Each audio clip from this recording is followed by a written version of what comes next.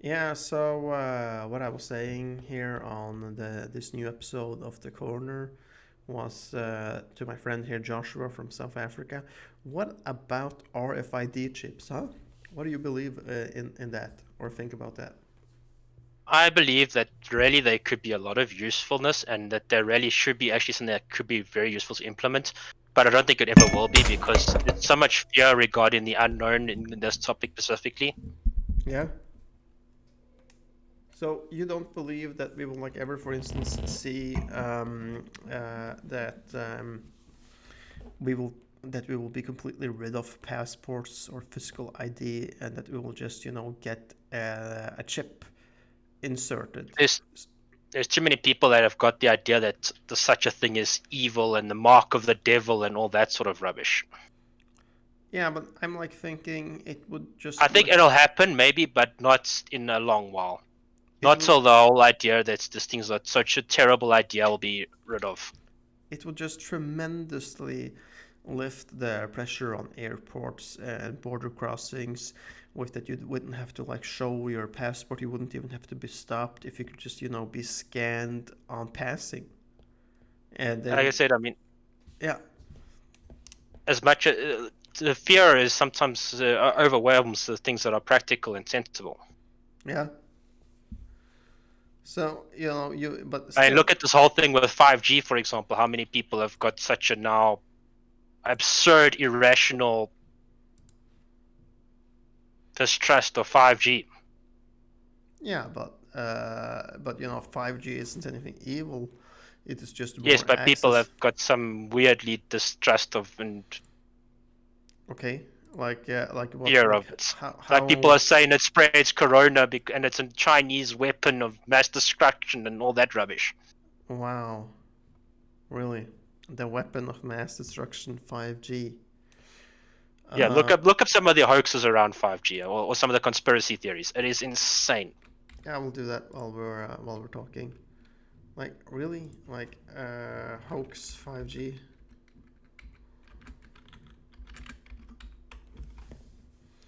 False claim coronavirus is a hoax and a part of a wider 5G um, and part of a wider 5G and human microchipping conspiracy. You see what I mean? And there you go. You see how it goes into the human microchipping. People have got people have always had an unusual fear of, especially modern and more advanced technology that's been applied to them. People are just. You'll find maybe like the next generation, like the future generations. Yes, you'll see these microchipping things becoming a reality. But as long as the people that are around now that are still like so afraid of technology are still existent, it's not going to be a thing. No, uh, I don't know. Like I think we will see microchipping. Like maybe not in I the would say next. maybe in about 50, in about 50 years, maybe it'll become a standard. Yeah, I believe so too, and that we'll get like a chip in our neck or something, and we will be scanned on airports and arrival and stuff places. But like just imagine how much it will like lift you, right? That or make you lighter, because you wouldn't have to carry your wallet, you wouldn't have to carry anything, because it would be like, yep, I can just pay, just scan me, yep, just scan me, just scan Although me. there is the risk of now losing a lot of your sense of privacy and that. Yeah, that is part of it, but like I believe that you would be able to learn to live with it, and regardless, it would Yeah, I mean have we've to. already lost most of our privacy anyway with the with technology that we have anyway. Yeah, and also, imagine when you see the Earth's population being like 10, 20, 30 billion people. What the fuck are you gonna do then? You can't handle that many people through the airports, since like it is already a challenge. Some airports are handling it extremely well, like Singapore, that is pushing through 90 million passengers a year or so. I'm not sure. Like I'm gonna Google how Although much. Yeah. it's quite interesting how, like, especially like the American airports, a lot of the security steps that they take are absolutely completely non-effective at all, and are only really done just to make people feel safer. Yeah. Yeah, like I don't know, like with the American airports, it is something. It's something of the like the worst that I've ever encountered. You know? Again, goes back to that extreme irrational fear. Yeah, but it's not only that. It's also like like people who likes to abuse the power that they are given. Like here, here is how it was for me entering the U.S.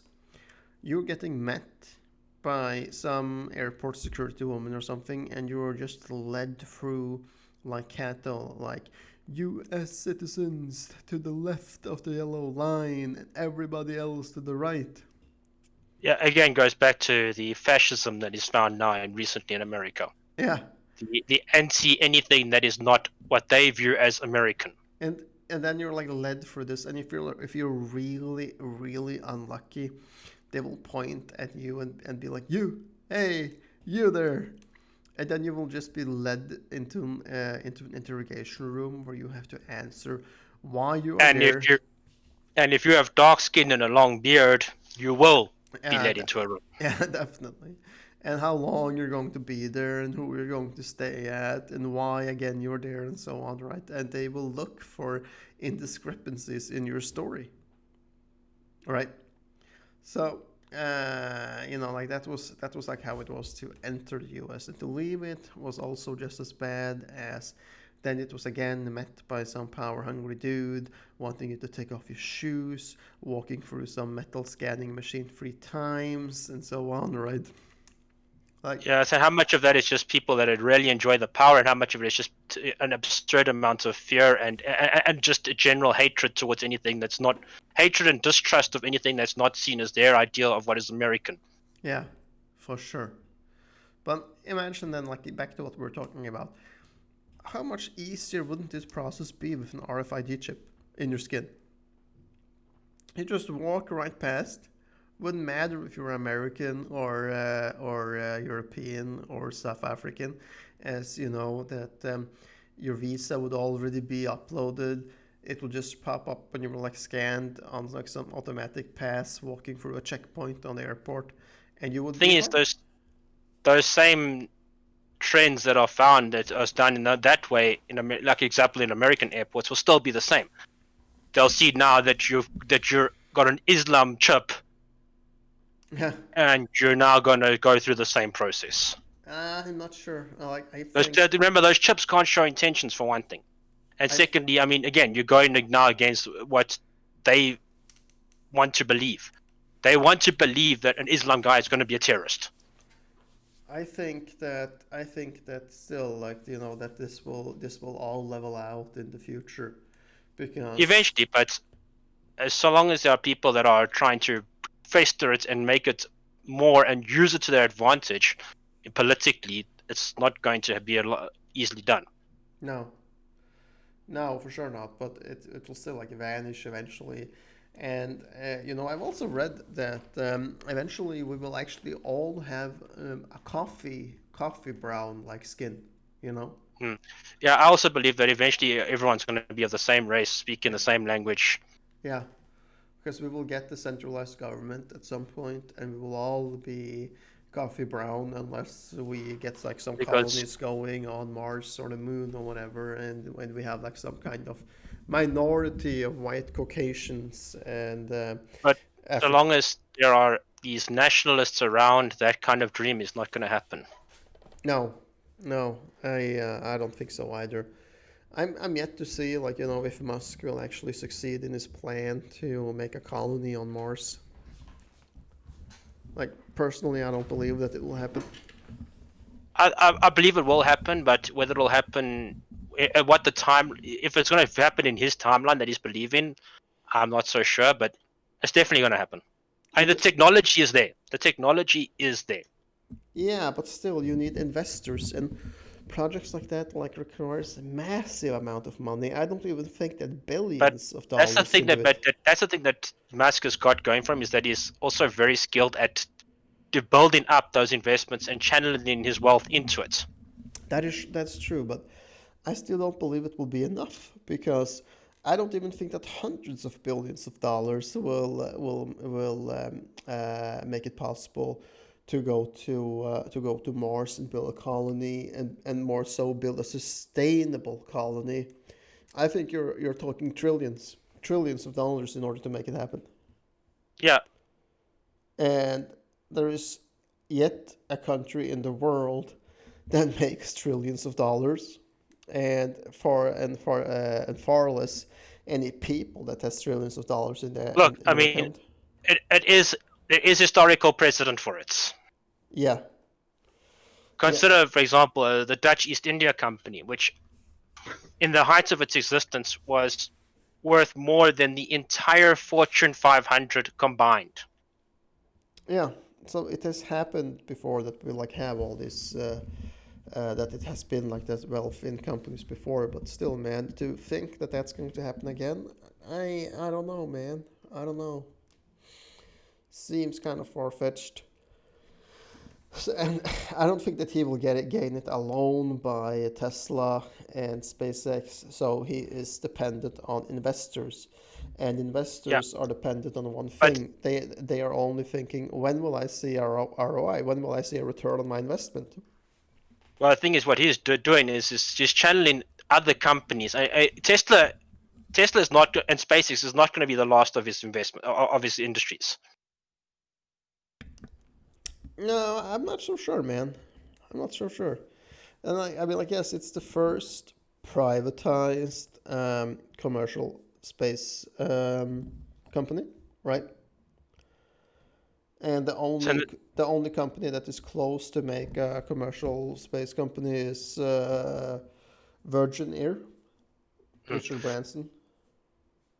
so what this guy's, what Elon Musk is very good at doing is taking other industries and building up other companies and stuff to use and funnel into his dream of Mars. Yeah, that's true. That's true. So, like, who knows, man? Maybe we will see a sustainable colony on Mars in the next couple of decades. But I'm still baffled on like why shoot so high first? Why not gain a colony on the moon first? That is actually the first step. It is okay. That's good. Because in order to actually get sustainable transports into and out off and onto Mars, you actually do need to have a launching pad that can be used to send off bigger ships. Yeah, And to do that, you want the moon. yeah, yeah. Because of the gravity and so on, that you're able to launch them up in the air without using so much force and power. Hmm. Yeah, that And makes if sense. the Earth was just a little bit larger, we would never have been able to go to space. No, because the gravity would be too great. Yeah, pretty damn interesting stuff. So you believe that at some point we will see a colony on the moon, or at least like a base on the moon that's operated by human beings, and Yep. massive ships being built and launched from the moon? Holy shit, man, that would be something, huh? What then? Like, would you be like Amos then and run away from Earth and go to the moon? Oh yeah. I don't want to live on this planet anymore. No. Yeah, so you would want to go off planet. That makes sense. So what else is happening today? We have the 4th of July. Huh? That's some crazy shit, man. And do you know what happened on the 4th of July? American independence. Yes. Of the 13 original colonies that was largely on the East Coast. Um, like I was like talking with a guy earlier today about, what would have happened if they never went to war against the crown, right? We wouldn't have seen an America as big as it is today. That's for sure. Mm. an interesting thing was, you know what the original name of New York was? New Amsterdam. Hmm. That's true. Yeah, like maybe we would have seen, maybe we would have seen a Dutch America, man. That would have been something. Pretty crazy stuff. So, if you were to get on a plane and go anywhere tomorrow, where would it be? It's a tough one. I think it's a toss-up between Iceland and the Netherlands. I understand the Netherlands, since you know that's where you hail from. But what about Iceland? It's just such a damn beautiful country. Would you want to live there? No, I don't think I want to live there, but it is just I would want to go there just to see it, So you're not going to to become a visit. carpenter and work on Iceland? No, but I would just love to visit it. Interesting. Um, what do you know about Iceland?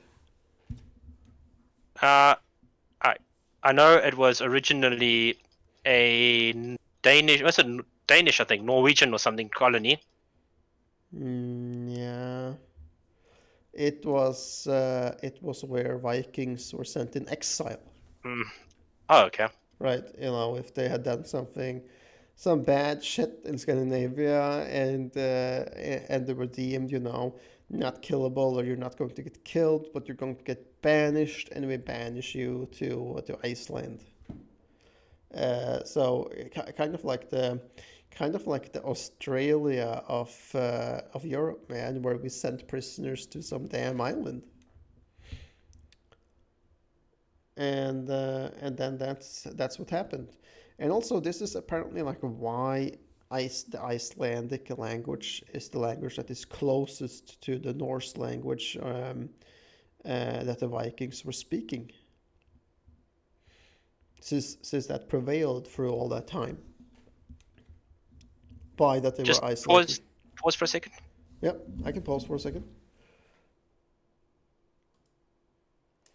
Yeah, so I was like saying that Iceland is like kind of like the Australia of Europe, man, where we sent prisoners, where we banished them, and Or that this is like a large part of like why the language prevailed, since they were so isolated. So the Icelandic language is the one that is closest to the Norse language that the Vikings were speaking. and now it held or is holding much more of the traditional style of Norse culture and society than Norway has. Yeah, for sure, they are. Apparently, like the first settlement was in 874 A.D. When an Ingolf Amarsson settled there, and then from 1262 to 1918, it was a part of the Norwegian and the Danish monarchy, and it was first during the Second World War that they became independent from Denmark. That's some crazy timing, huh? So the Republic of Iceland was actually first established the 17th of June 1944, making Iceland then effectively only 70 something years old. 76 years old. Wow, that's some crazy shit. Yeah, one would have thought that the Republic of South Africa is also about not much, yeah, older than that as well. Yeah, that's crazy that you know that you have a country that is so new, kind of like Israel, which is also from the 50s, given to the Jews as payment and restitution for the hardships they went through during the Second World War. Um, so some facts about Iceland. Their tallest mountain is called, I don't know if I am spelling this correctly, it's Havannadaljunukur, which is 2,110 meters above the ocean. And their longest river is Björsjö or something is 237 kilometers, and their biggest lake is called Borisvatn, which is 88 square kilometers big. And the second biggest called Pingvallavatn, which is 83.7 square kilometers big. And they have two ice, I don't know, like what do you call that in English? You know, not the icebergs, but icebergs on land. You know what I mean? Gonna check that, what the English word is for it. Can't really find anything about it. Do you know what the term is? Sorry? Do you know what the term is? Like, you know, like an iceberg, but on land. Oh god, the word is right on my tip of my tongue now. Yeah. Glacier. Glacier, right. Okay, that's the word. So they have two glaciers on Iceland called Vatnajökull and Langjökull, which is like really, the names there is actually really similar to Swedish. Oh god, yeah. Icelandic names in general are like impossible for anyone besides natives to pronounce. Yeah. And their volcanoes is called, they have two volcanoes which is called Hekla and Katla. So Yeah, I still remember that one occasion when that one volcano erupted and it caused all the airports to have issues.